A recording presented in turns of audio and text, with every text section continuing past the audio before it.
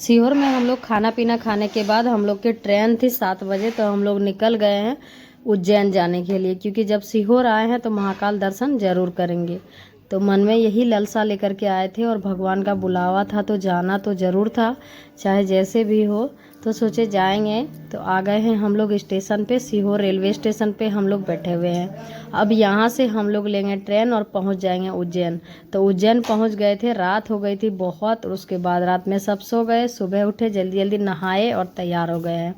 लेकिन हम लोग को फिर भी लेट हो गई थी, 8 बज गया था सुबह, क्योंकि रात में हम लोग लेट से आए थे। उसके बाद यहाँ पे तैयार होने के बाद जैसे ही रास्ते में निकले तो एक भैया ने यहाँ पे सबको त्रिपुंड लगा दिया, क्योंकि यहाँ का ना छोटे छोटे बच्चे मतलब लगाते हैं तिलक वगैरह, तो लेकर के घूमते रहते हैं। उसके बाद हम लोग ले लिए हैं प्रसादी, और जनरल साइड में भीड़ बहुत ज़्यादा थी। तो उज्जैन में आप लोग को प्राइवेट में भी दर्शन होता है, जिसमें लिखा हुआ रहता है 250 रुपया चार्ज पर व्यक्ति।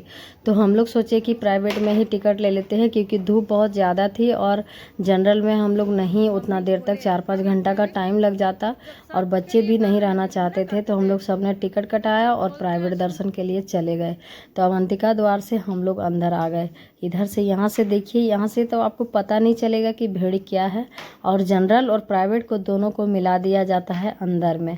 तो बाद में पता चली, क्योंकि फर्स्ट टाइम हम लोग उज्जैन आए थे, उतना जानकारी नहीं होने के कारण हम लोग प्राइवेट में टिकट ले लिए थे। अंदर जैसे आए तो यहाँ तो मंदिर हमको दूर से दिख रहा था, बट मंदिर है किधर, किधर से जाना है वो नहीं दिखाई दे रहा था।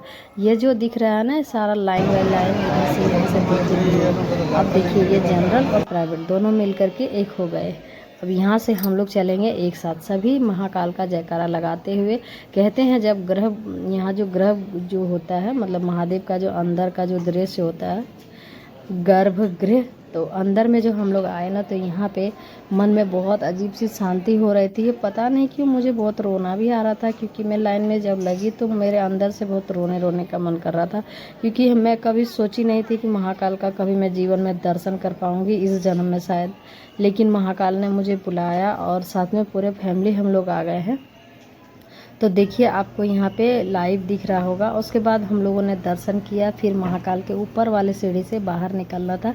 बाहर में भी बहुत छोटे छोटे मंदिर है, सभी का पूजा अर्चना किया। उसके बाद अब चलते हैं बाहर। नेक्स्ट वीडियो आप सभी को देखने को मिलेगा कल।